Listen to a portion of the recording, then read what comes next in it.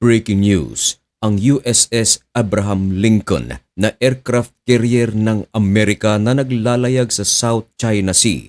Ngayon, pinapunta na ito sa West Asia. Malapit ito sa Iran. Lumalabas na mas merong importanteng misyon ngayon ang USS Abraham Lincoln kaysa sa pagpapatrolya sa South China Sea. Dati na ring nangako si US President Donald Trump sa mga protesters sa Iran na ang tulong ng Amerika ay parating na. Nagsalita na rin si US President Donald Trump tungkol sa dating Crown Prince ng Iran na si Reza Pahlavi. Ano kaya ang kanyang sinabi? Yan ang ating pag-uusapan sa videong ito. Pero bago ang lahat ay huwag kalimutang mag-subscribe at dahil nandito ka na rin lang naman, samahan mo na rin ng walang halong pagdadabog na like ang videong ito at i-click ang notification bell. Napakalaki kasing tulong yan para sa aming mga content creators.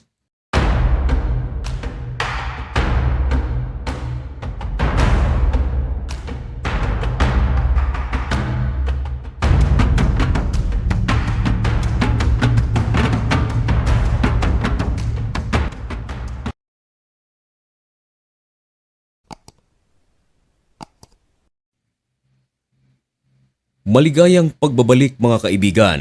Kumusta kayong lahat? Ngayon ay January 16, 2026 at nagbabaga at napakabagong balita ang ating ihahatid sa inyo. Ito ay tungkol sa pinakabagong kaganapan sa tensyon na nangyayari sa Iran laban sa mga protesters nito at ang aksyon ng United States of America tungkol sa pangako nito na tulong para sa mga protester sa loob ng Iran. Mga world leaders, mga alyado man o kakampi, mga international news site, maging mga vloggers ay halos nakatutok ngayon sa pangyayari sa Iran. Dahil malaking bagay ito, bawat salita na binibitawan ng Supreme Leader ng Iran, bawat banta na binibitawan ng US President at ibang mga bansa ay talaga namang napaka-importante. At isa sa mga pinaka-aabangan ng buong mundo ngayon ay ang pangako ng US President Donald Trump na ang kanilang tulong para sa mga protesters laban sa gobyerno ng Iran ay parating na. Ang tanong, aatake ba ang United States of America? Nang bitawan ni US President Donald Trump ang pangakong iyan, ay wala pang nakadeploy na mga aircraft carrier na malapit sa Iran. Pero ilang oras o ilang araw lamang ang nakalipas matapos ang mga pangako ni US President Donald Trump. Ang USS Abraham Lincoln aircraft carrier ng Amerika na naglalayag sa South China Sea.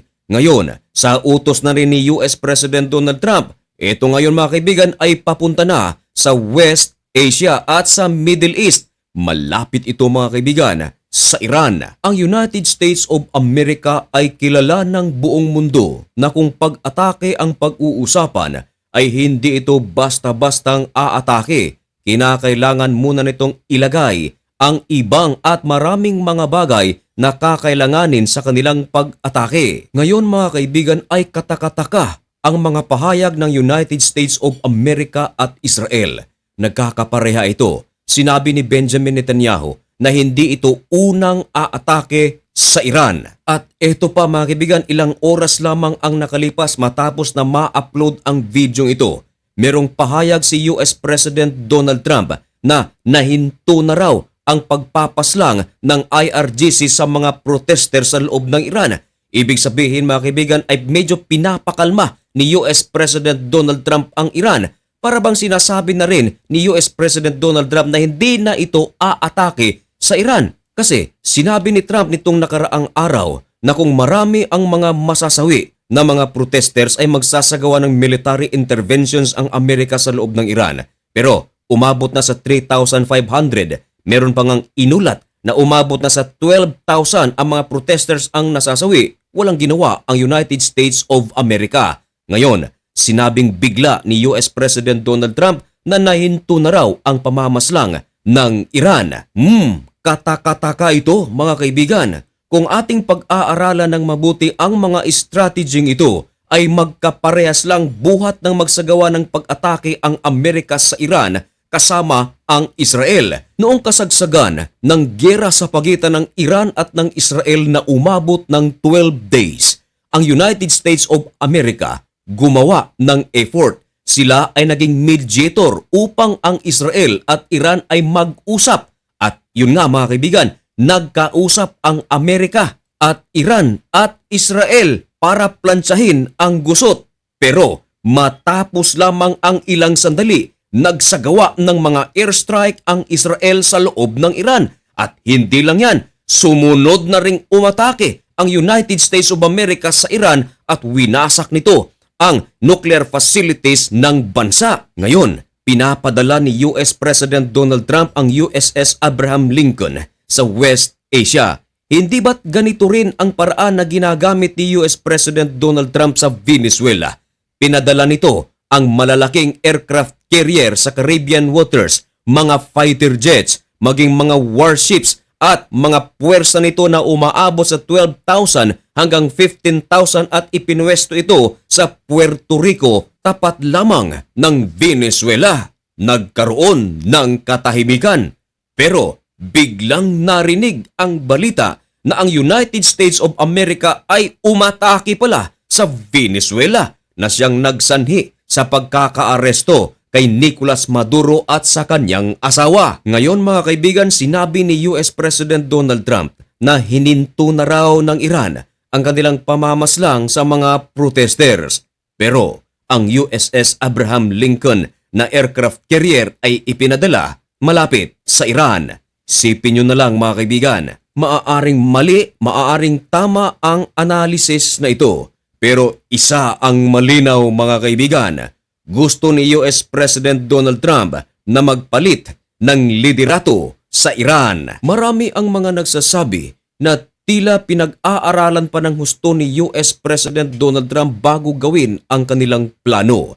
Tinitingnan muna nito na humina ng husto ang Ayatollah regime dahil hindi may kakaila na ang Iran ay hindi pipitsuging bansa. Marami itong mga drones, marami itong mga ballistic missiles, marami din itong mga sundalo. Kaya pinag-aaralan ng husto ni US President Donald Trump ang kanilang military intervention sa loob ng Iran. Ang kanyang pakay ay maging aliado ang Iran at mangyayari lamang ito mga kaibigan kung magpapalit ng liderato dahil committed si Ayatollah Ali Khamenei sa pakikipagkaibigan sa Russia at China.